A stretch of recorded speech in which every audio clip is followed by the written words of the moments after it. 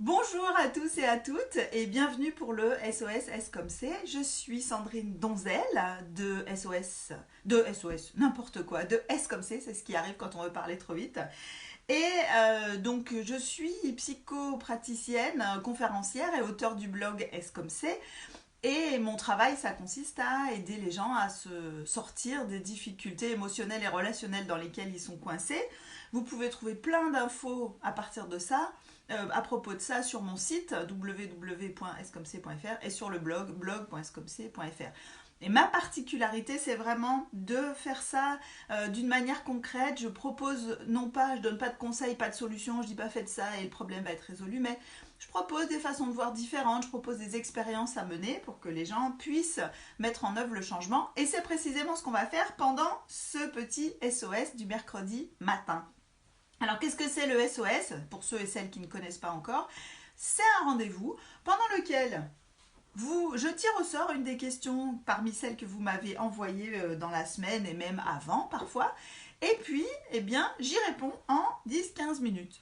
Alors, si vous êtes confortablement installé, que vous avez votre petit café, ou votre thé, ou votre jus de fruits, ou tout ce que vous voulez, on va pouvoir démarrer. Alors, c'est parti. Je tire au sort une question. Alors, c'est quoi la question? C'est la question numéro 3. Alors, allons voir quelle est la question numéro 3. La question numéro 3, encore faut-il que je la retrouve. Elle est là. Alors, question numéro 3. Voilà. Alors, c'est une question... je ne sais jamais si je dois donner le prénom ou pas, mais bon. En ce moment, c'est mon petit dernier qui me crée bien du souci. Il est le troisième enfant de la fratrie, il a bientôt 4 ans et son frère presque 7 et sa sœur presque 10. Donc c'est le petit dernier, si je comprends bien, qui a à peu près 4 ans. Il est colérique mais il est surtout extrêmement possessif.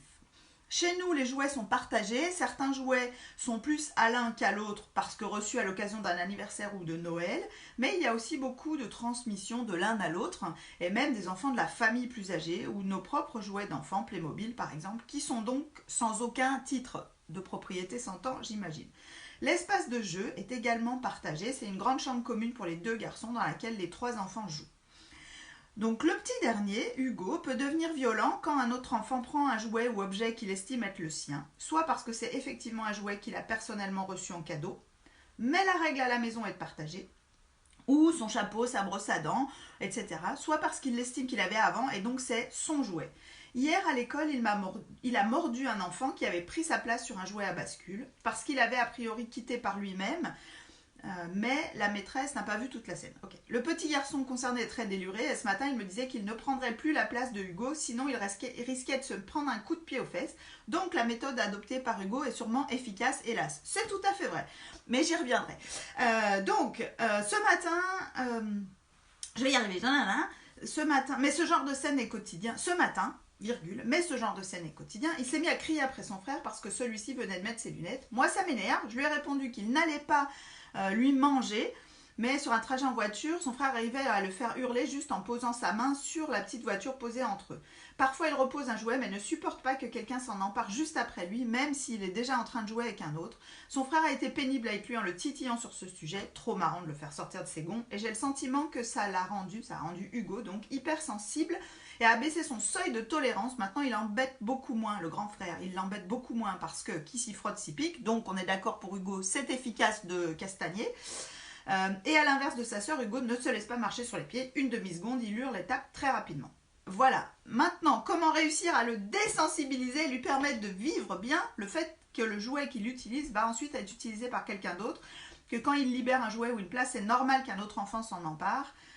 Voilà, après on parle de la maternelle. Bon, et une question sur la fratrie. C'est cool. Ça faisait longtemps, enfin je ne sais plus, à force je ne sais plus. Donc je vous rappelle juste que vous pouvez commenter, partager pendant la vidéo. Je tiens compte du fait qu'il y a à peu près 16 secondes de décalage, mais n'hésitez pas à poser des questions complémentaires ou à réagir à ce que je peux dire. Je le vois ici sur mon ordinateur et ça me permet d'ajuster mes propos. En attendant, je vous rappelle 2-3 petits trucs. Donc d'abord, si cette vidéo vous plaît, vous pouvez faire un don sur Tipeee.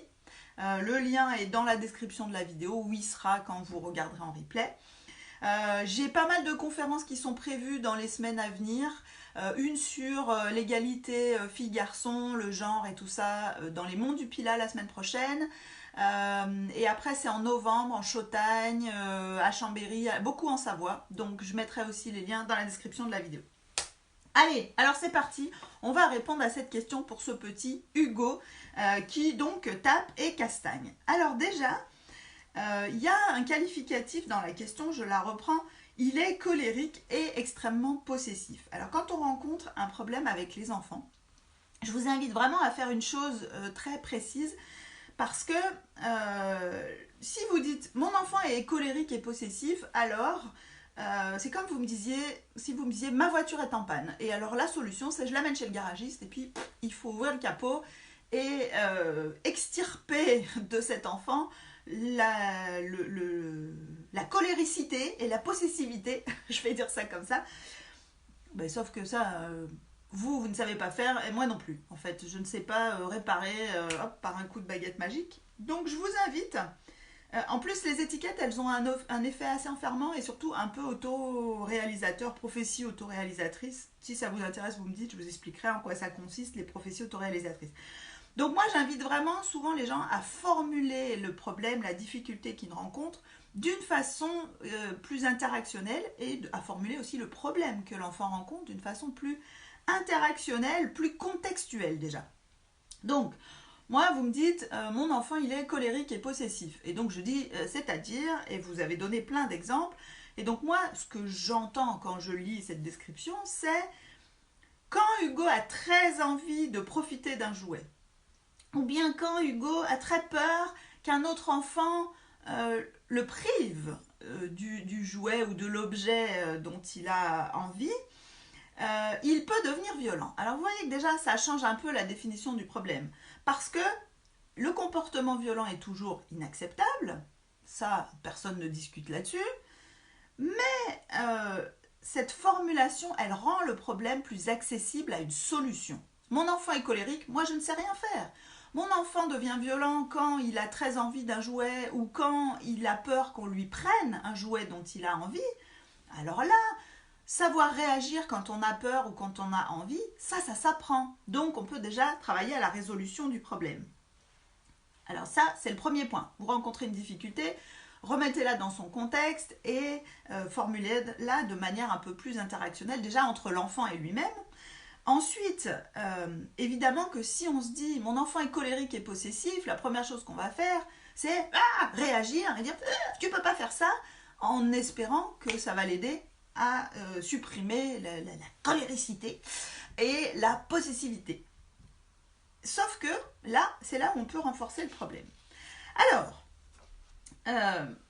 avant d'aller plus loin, quand un enfant a des comportements comme ça qui sont socialement inacceptables, dont on peut imaginer qu'il sait déjà que c'est pas bien, la première étape c'est évidemment de lui dire que non, c'est pas comme ça qu'on doit faire et de lui proposer des manières alternatives de faire. Mais ça, j'imagine très bien qu'à 4 ans, on lui a déjà dit qu'on ne tape pas, que c'est pas bien d'être violent et agressif, et que ça, il l'a entendu. Alors le premier point, c'est déjà de vérifier ce que l'enfant a compris de ce qui est acceptable, inacceptable. En général, à 4 ans, je le redis, ils ont très bien compris.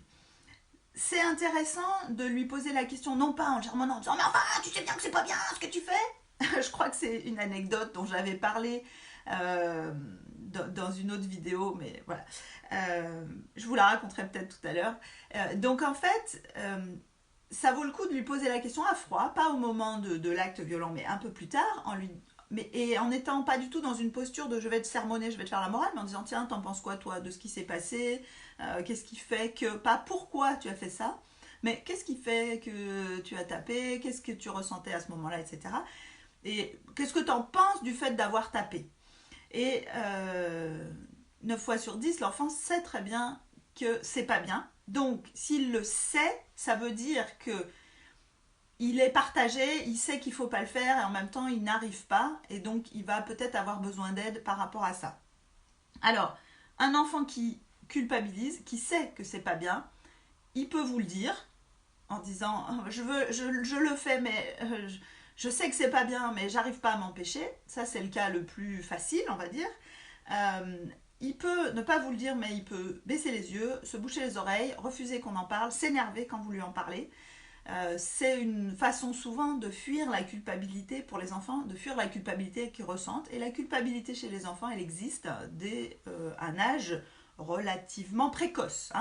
18 mois, 2 ans, peut-être même avant, mais en tout cas, autour de 18 mois, on est à peu près sûr qu'ils savent que ce qui est bien et pas bien, au sens moral du terme, et ils ressentent la culpabilité. Donc inutile de trop insister là-dessus. Donc moi, je mets ma main à couper que ce petit Hugo, il sait que c'est pas bien.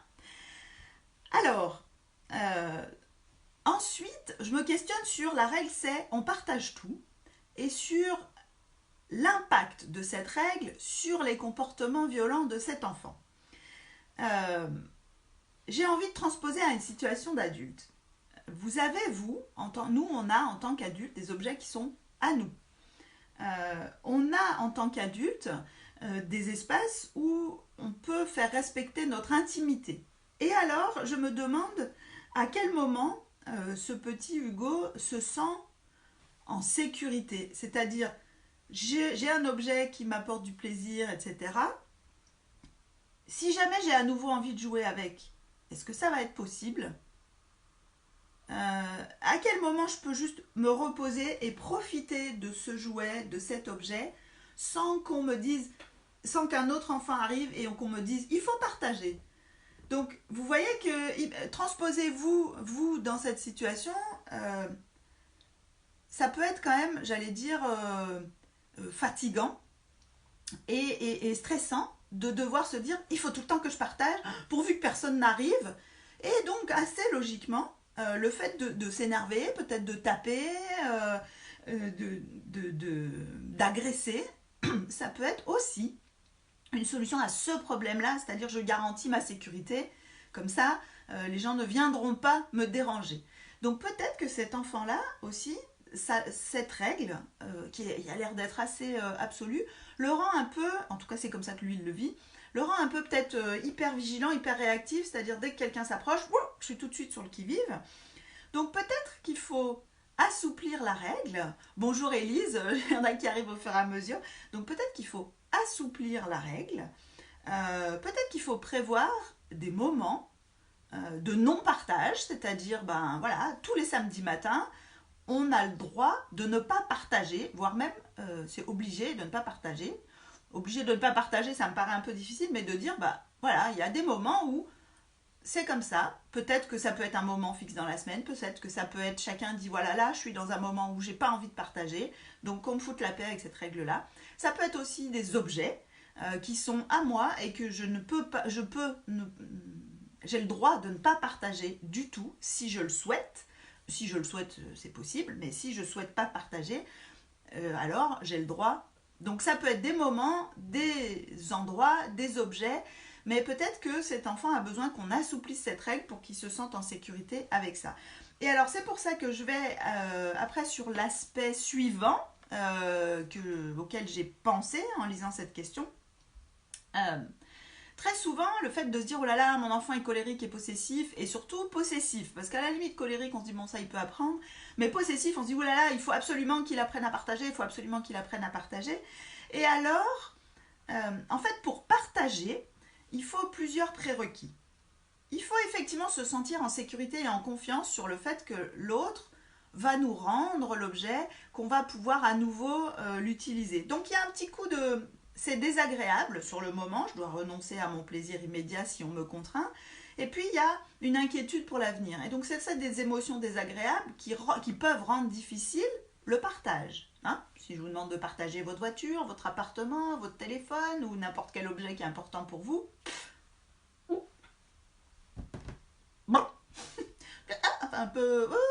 c'est un peu difficile. Vous pouvez le faire en raisonnant cette personne. Votre voiture, par exemple. Si je vous dis, prêtez votre voiture, comment ça vous ne voulez pas partager? C'est pas bien. Vous voyez qu'il y a de l'inquiétude, mais moi j'en ai besoin de cette voiture. Alors même si c'est nous, on se dit c'est un jouet, c'est rien du tout, pour eux c'est pareil que pour nous une voiture, sur le moment en tout cas. Ça va être plus facile pour vous si la personne à qui vous la prêtez, vous avez entière confiance, vous savez qu'elle va faire attention, etc. Que si c'est quelqu'un qui n'est pas très soigneux, vous allez vous dire non, je ne vais pas le faire. Ok ?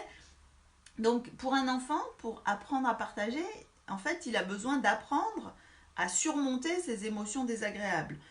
Donc, on peut sur le moment ou même à froid, plutôt aller dans le sens de reconnaître son émotion et uniquement reconnaître son émotion. C'est-à-dire, ah là, en fait, tu as vraiment envie de garder ce jouet, c'est vraiment dur pour toi de le prêter. Donc, de reconnaître aussi la difficulté de le prêter. Ou, ah, tu as vraiment peur de plus pouvoir rejouer avec ce jouet. C'est bien ça, si vous pouvez vérifier si l'enfant, c'est bien ce qu'il vit. Et il va vous dire oui ou non. Et très souvent, en fait, quand on dit ça, ça suffit pour qu'ils prêtent. Ok, ils sont reconnus, quelqu'un a compris quel était le problème, ça va pour moi. Attention, parce que du coup, on a tendance à dire, tu as le droit d'avoir vraiment très envie, mais tu ne peux pas taper.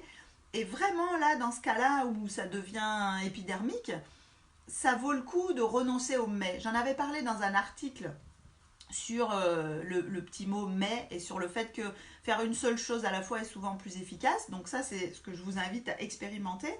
Je pensais à autre chose sur la notion de possession. J'avais écrit un article sur un enfant qui vole, entre guillemets, à peu près du même âge que ce petit Hugo.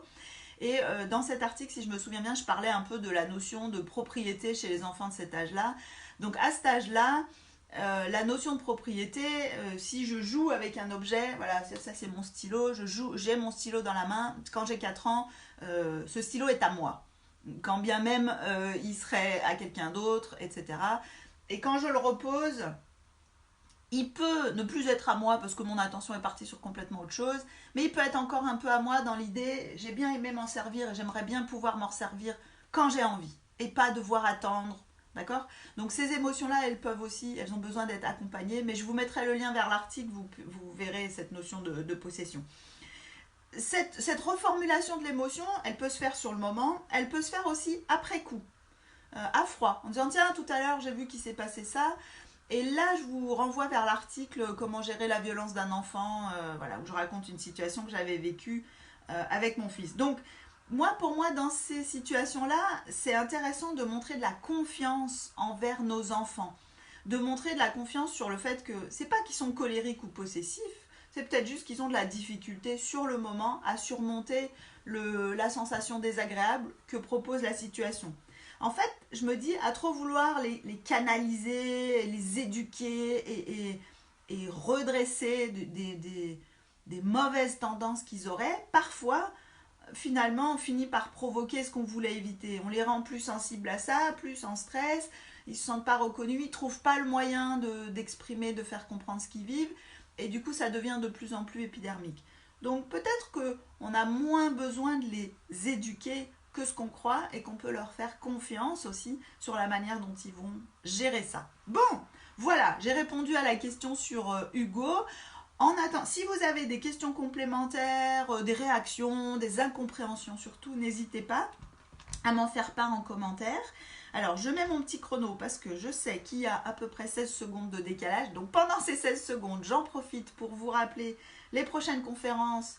La semaine prochaine, mardi soir, je suis dans les Monts du Pilat pour une conférence sur l'égalité garçon-fille chez les petits. Donc on va parler de qu'est-ce que c'est qu'un garçon, qu'est-ce que c'est qu'une fille, etc. etc. Je suis en train de me demander, mais je crois qu'après, j'ai rien d'autre avant le mois de novembre. Le mois de novembre, j'ai un temps d'échange à Chindrieux, en Chautagne, en Savoie, encore une fois, sur les styles parentaux. C'est quoi les différents styles parentaux? Lequel vous correspond un peu mieux? Enfin, lequel vous essayez de mettre en application? Où est-ce que ça coince, etc. Et en novembre, j'ai aussi des conférences à Chambéry sur les écrans.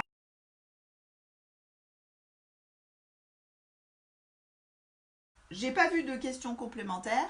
Je vous invite à faire un don sur Tipeee, qui est une plateforme de pourboire participatif.